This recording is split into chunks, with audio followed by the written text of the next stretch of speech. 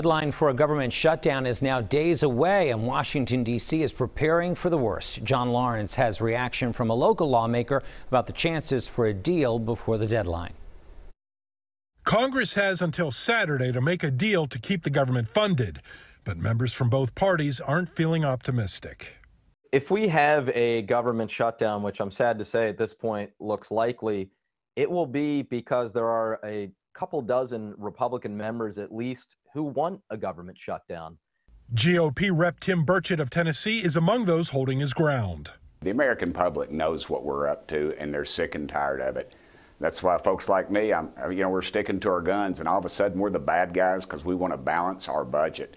Should the shutdown occur, nearly 4 million federal employees will be affected immediately, including the non-essential workers being furloughed until the shutdown is over.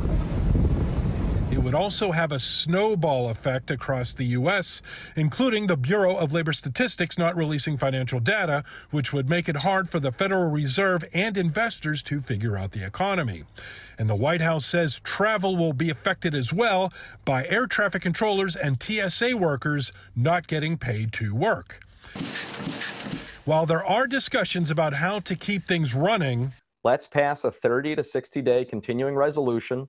Let's make sure it's not loaded up. It appears to be an uphill battle. You can't keep spending $7 trillion when you're only taking in $5 trillion. That just doesn't work.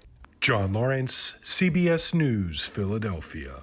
Republican Bucks County Representative Brian Fitzpatrick says he's optimistic that some sort of deal can be reached this week. All options are on the table to get our bipartisan Problem Solvers Caucus bill on the floor. It was introduced Friday, as Josh alluded to. It represents an intersection of where Democrats and Republicans agree. That's what America wants us to do. We will do whatever it takes to get that bill on the floor. Meantime, a bipartisan caucus endorsed a potential backup plan last week if House Republicans are unable to pass their bill alone.